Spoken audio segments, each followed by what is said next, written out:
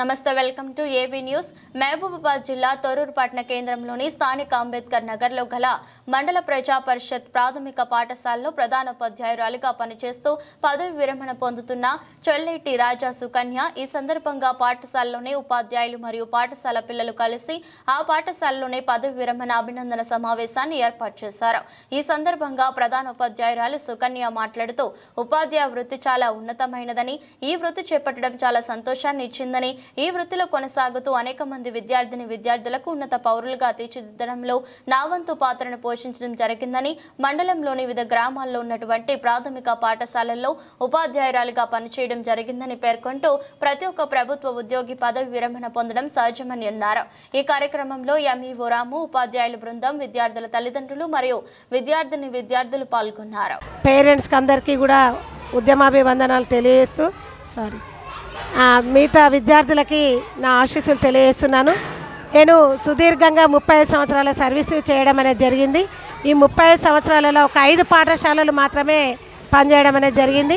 ఒక్కొక్క పాఠశాలలో 10 సంవత్సరాలు, 8 సంవత్సరాలు అలా చేసుకుంటూ 35 సంవత్సరాల సర్వీస్ అనేది పూర్తి చేయడం జరిగింది। ఫస్ట్ నాది 1989లో ఉద్యోగంలో మొదటగా నియామకమై అర్జన కాలనీ వెలికట్టలో పనిచేయడం అనేది జరిగింది। అక్కడ ఒక 12 సంవత్సరాలు పూర్తి చేశాను। 2 సంవత్సరాలు ఎంఆర్పిగా పనిచేయడం అనేది జరిగింది।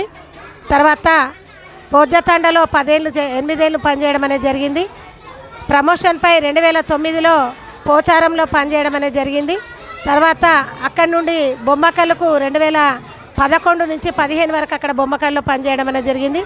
తర్వాత లోకల్గా ఇక్కడ మనకు ప్లేస్ ఉన్నదనే ఉద్దేశంతో 2015 నుంచి ఈ చివరి మజిలీగా అంబేద్కర్ కాలనీలో పనిచేయడం అనేది జరిగింది। ఏ పాఠశాలలో పనిచేసినా కూడా నాకు విద్యార్థులను ఎంతో తీర్చిదిద్దాను। అక్కడి ఊరివారి ఆదరాభిమానాలను కూడా చూరగొన్నాను। ఈ విద్యా రంగ పరంగానే కాకుండా సామాజిక పరంగా తర్వాత సంఘపరంగా కూడా ఎన్నో సేవల్ని అందించిన తృప్తి నాకుంది।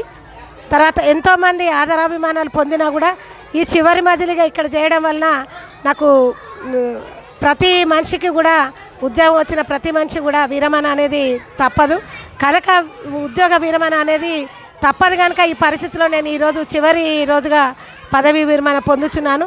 రేపటి నుండి ఏం చేయాలి, ఎలా చేయాలనే బాధ కూడా నాలో కొంత ఉంది। నా ప్రతి క్షణం కూడా విద్యార్థుల పాట కోసమే, విద్యార్థుల అభివృద్ధి కోసమే నేను పాటుపడేది। అధికారులైనా కూడా ఇట్లాంటి ఇప్పుడు మన ఎంఏ గారు అయితే ఇంకా బుచ్చేసారు, ఇంతకుముందు ఉన్న ఏ అధికారులతోటైనా కూడా మాకు ఇది కావాలి, మా పాఠశాల ఏ పాఠశాల పనిచేసినప్పటికీ కూడా మాకు పాఠశాలకి ఇది కావాలి, మా విద్యార్థులకు ఇది కావాలి అని ప్రతి దాంట్లో కూడా ఒక ఆడపడుచులాగా పోట్లాడుకునేదాన్ని।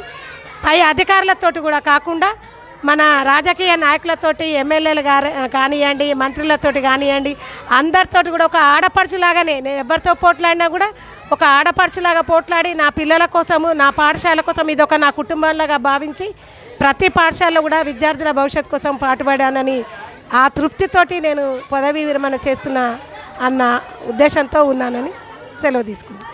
ఈ ఛానల్కి నా అభినందనలు తెలియజేస్తూ ధన్యవాదాలు।